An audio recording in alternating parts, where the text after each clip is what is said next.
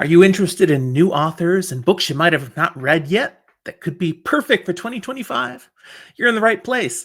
Here's the 14 best authors I discovered here in 2024.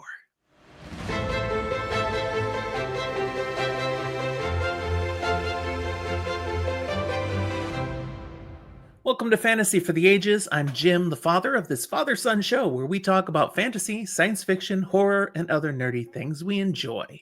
I hope you're going to enjoy this and give us a thumbs up then and subscribe to the channel if you haven't yet.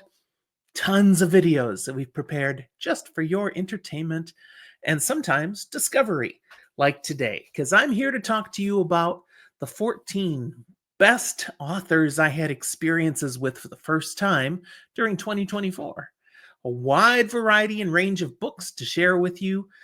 Many of these, I'd say most of these, heck, maybe all of these, I've done individual content on over the course of time. But here, just a quick summary and introduction of these authors. If you want to know more about any of their books, look around the channel. Find the episode where I reviewed something specific that I read by them. We're mostly spoiler light, so we'll just tell you more about the book without ruining it for you. But let me get to my list. I've ranked this thinking of the experiences I had with these authors. These are all great books, great authors. Not a one is a stinker. I wouldn't put them on the list. I have put them in order based on not who's the better writer, not who has the best book, just my personal experience with the things they have written that I read this year. I start at the bottom and work my way up. So number 14, this does not mean this is a loser. This is just the 14th best of the ones I experienced this year. And that's Leslie Shue. Now, Leslie has the Kumasagi series, a 4-book fantasy saga set in a semi-aquatic civilization. And I'm still just on book 1. This one's been taking me a while to get through only because I have so many other things that I'm really sucked into reading that it's not quite as strong and compelling in my style and pulling me away. But I keep going back to it every now and then. Here's book 1, part 1, Destin. Part 2 and 3 are both about the same length as this one. And part 4 is the big finish and is much longer, actually. But fascinating story. The first 3 were all published in 2020, but that final book that really brings it home is from 2023, so much more recent. The story follows Najat the Kumasagi, a chief mystic of the society we're learning about, and his complex mystical bond with Asta, a woman with whom such a connection is pretty much forbidden. Forbidden love, what can one say? Leslie puts on a show with immersive, deep world building, this whole mystical experience, which is part of why I've struggled a bit with the first book, because there's a lot to build. But it's done really well. It's great writing. So that's number 14. Number 13 is the author T.A. Bruno, who I read this one, Down Below Beyond. It's a 2023 publication, a science fiction adventure where prospector Lavort Atra discovers a secret that threatens the dominance of the ruling force, a particular fleet that controls this area of space. And this then leads him into direct conflict with his lifelong friend, Bayfo Nile, as they fall on separate sides of the struggle. It's a fast-paced adventure full of creative aliens, fanciful planets, and highly advanced technologies. I swear Bruno was like, what other kind of planet can I make? There's so much packed into this one book, and it's a lot of fun. So that was number 13. Number 12, C.T. Phipps. Now, Phipps has a whole bunch of very fun sci-fi style adventure novels out there. And the first one that I explored was the 2023 publication Moon Cops on the Moon, which is a comedic adventure mystery following corporate cop Neil Gordon as he is reassigned to Luna City, a crime-ridden lunar colony. And before he can even catch his breath after getting off the shuttle, there's a price on his head, and he's scrambling for his life being chased by bounty hunters and cyborg terrorists. He's got some unusual partners along for the ride trying to help him out, including a robotic sentient dog named, get this, Barksley. Yeah, okay. A toy corgi, and not the kind of toy you might think when I say that. Anyways, Neil tries to unravel mysteries while bringing some order to this lunar colony that is just a mess. The tone of the book was just a lark, very creative, a little bit of detective noir style, but fast paced, humor all the way through. You are not to take this book seriously, but you are supposed to enjoy it, and it does have a story to tell. I enjoyed the writing, and I added a few more books by C.T. Phipps to my TBR. He's got quite a bit out there already. Number 11 was R.F. Kuang. I read her Poppy War trilogy this year, books that came out in succession 2018, 2019, and 2020.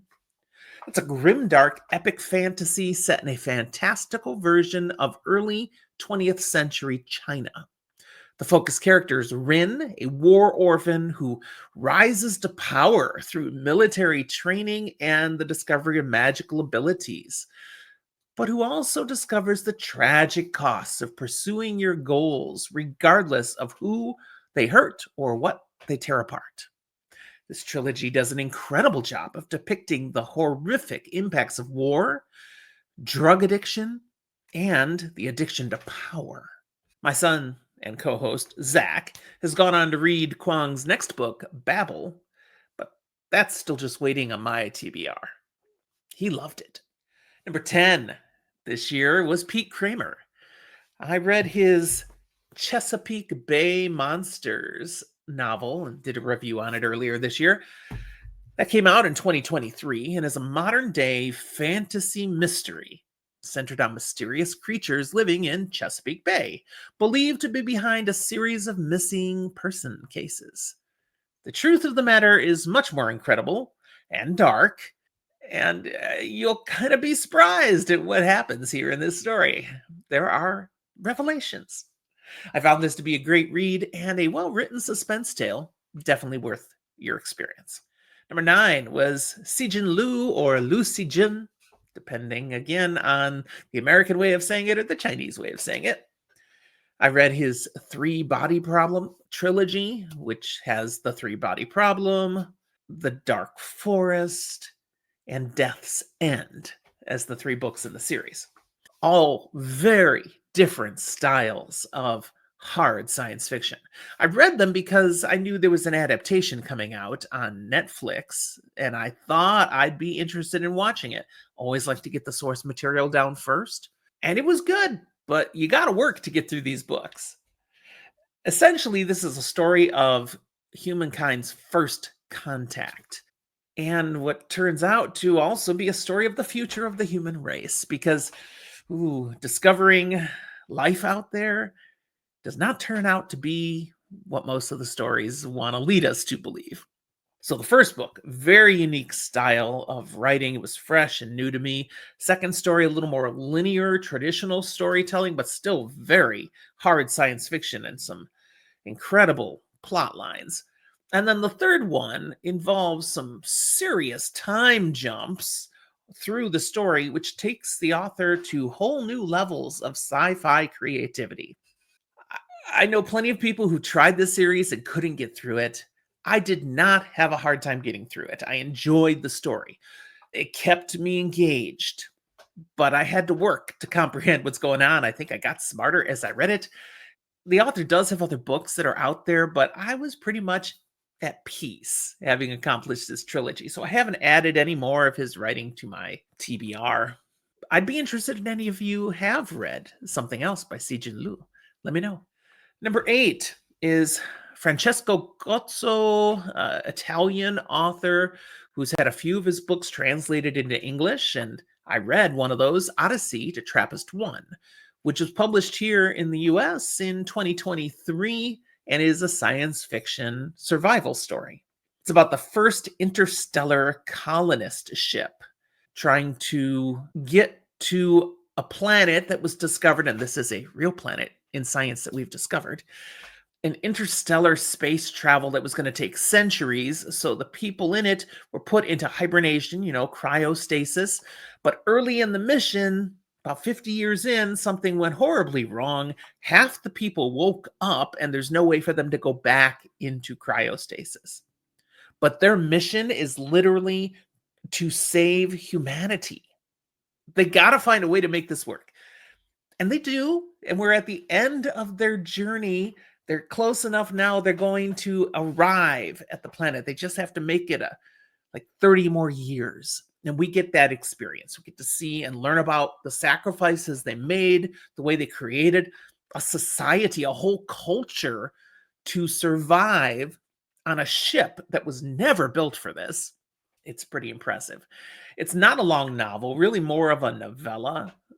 The amount of character development and world building in a ship, in the confines of a ship, that Gotso has managed to pull off is pretty cool. And I recommend you check out this book. There is another book in the series now, The Cult of the Endeavor. That's the name of the ship. This is about the Endeavor. And it rests on my TBR and not very far down. I will probably get to it in 2025. Number 7, seventh best author experience I had for the first time was with an Adam Holcomb. I read his A Necromancer Called Gam Gam, which came out in 2023, which is the start of the Chronicles of Gam Gam. It's really just a novella, not super long, where we meet the grandmotherly necromancer, Gam Gam. In this tale, she comes to the aid of a young girl who's on the run, in a bit of a pickle, due to her own budding magical abilities. With the aid of various and humorous undead companions, the two of them go on a comical yet poignant adventure. I quite enjoyed this tale. Fairly short, as I said. It's a lighthearted, pleasant read, the perfect palate cleanser between deep things that you might be reading, like I was working through Malazan this year. Number 6, Jonathan Sims. Zach gave me this one as a hot tip. I read a short story horror collection called 13 Stories that came out in 2020 by Jonathan Sims. But that is a bit misleading. While there are individual stories in here, they really all fit together under an overarching frame story that's all about this one building where each of these stories take place. And the overarching story is wrapped up by the final story in the book. You might consider it the final chapter. None of the stories are very long. This was an inventive technique to tell a horror story, ghost story, you might say. Both Zach and I found it a worthy read. Number 5 in my author experiences, we're rising higher now, is R.E. Sanders. I actually first experienced Sanders in December of 2023 when I read his novella, A Path of Blades, which had just come out that year.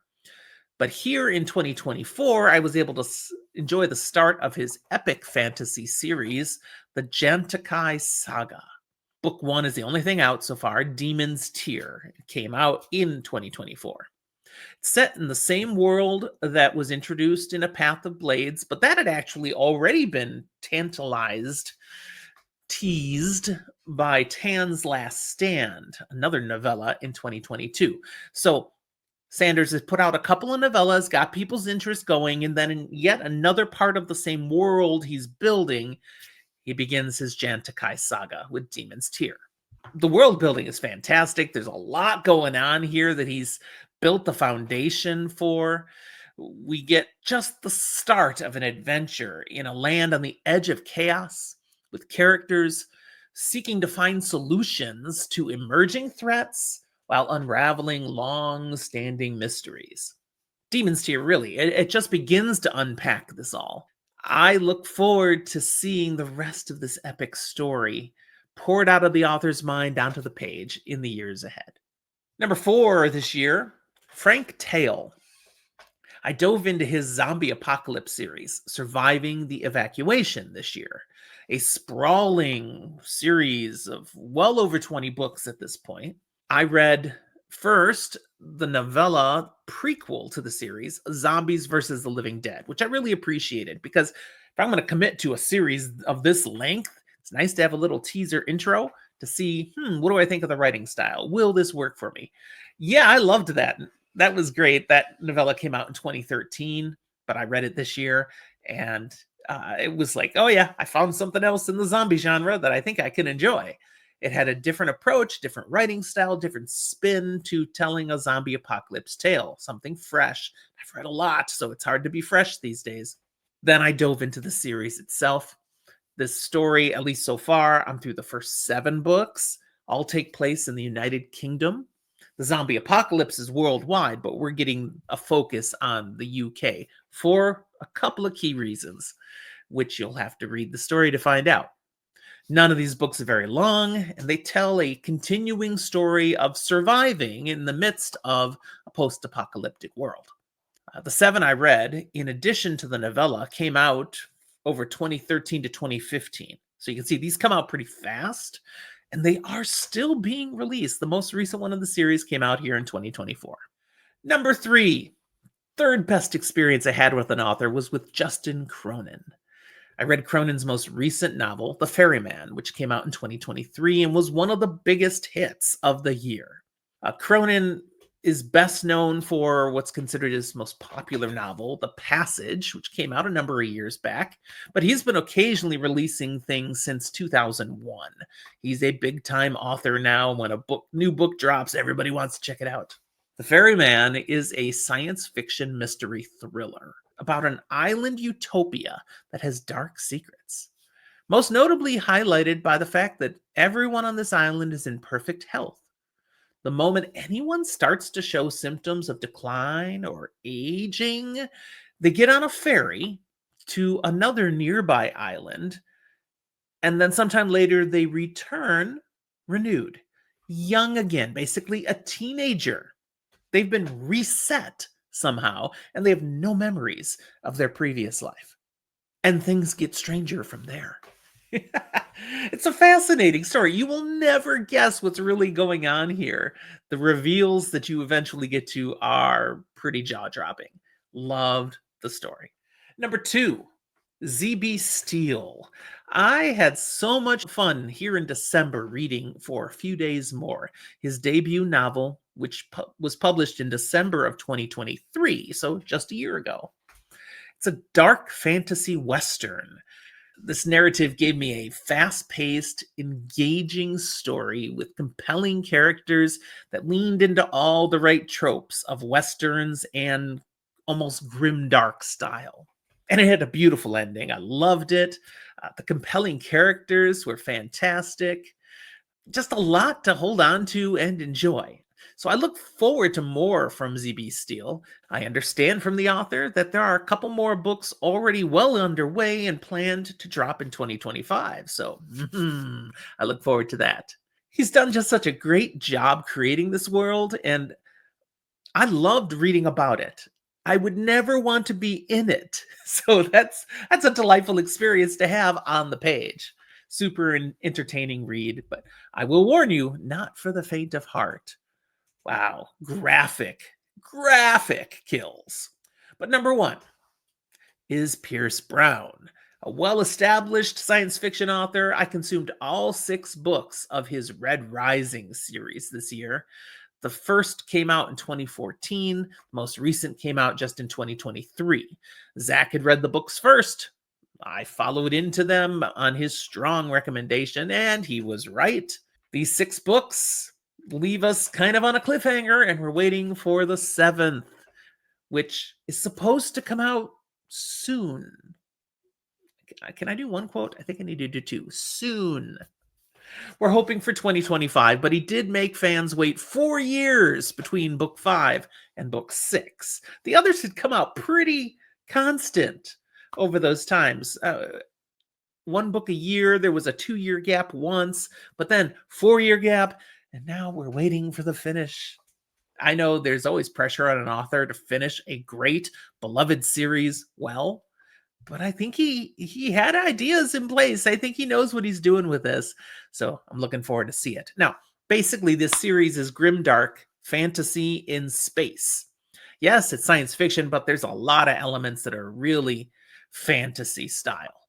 It is set in this setting, but it could have been just on a planet with a bunch of villages, I really feel like. It didn't have to be space, but he chose to make it space-based. It's spread across our solar system in the distant future, where society, colonized all the planets and many of the moons. They managed to learn how to terraform space and be able to make livable places amongst all of these planets of the solar system. Society has evolved over this time and being able to create all of this into a hard class based, or I guess I should say maybe caste based class culture, where the reds are on the bottom, the grunts, the hard workers, the golds are on top, the ruling class. But they've also been bioengineered to be the biggest and best, the dominance of society, to safeguard and preserve mankind into posterity. Well, not everybody's good with that. And this is the story of how it all gets pulled apart and torn up and reset into something a little better for everyone. Well, maybe. And in the story so far, we have not seen it all get reset because not everybody's on board with that. There's a lot of battles and war and conflict and deception and betrayal and politics and on and on and on and on. It's been a heck of a ride so far. There are many creative science fiction elements used in the narrative that I think are going to be even more on display as we do book 7. I look forward to Pierce Brown landing the space shuttle. Okay, there you go. 14 authors I experienced for the first time in 2024, ranked by how much I personally enjoyed the experience. Have you read these authors? If you have, and you've got comments on any of their books, put them down in the comment box. I'd love to hear your thoughts. Are there other authors that you experienced for the first time in 2024 that you want to rave about? Let me know. They might get added to my TBR if they're not there already. So again, put them down in the comment box. And if you have any particular thoughts on the things I said today, things you hear here, or Jim, really? Comment box is good for that too. I read everything that gets dropped there and I do respond. You can also come talk to us a little more in depth if you take us up on our invitation to join our Discord server. Down in the show notes, you'll see an invite link for that. Come join a couple hundred people who hang out with us fairly regularly, talking about the books they love and other nerdy things. That's where I'll leave you today. Thanks for watching. We'll talk to you next time.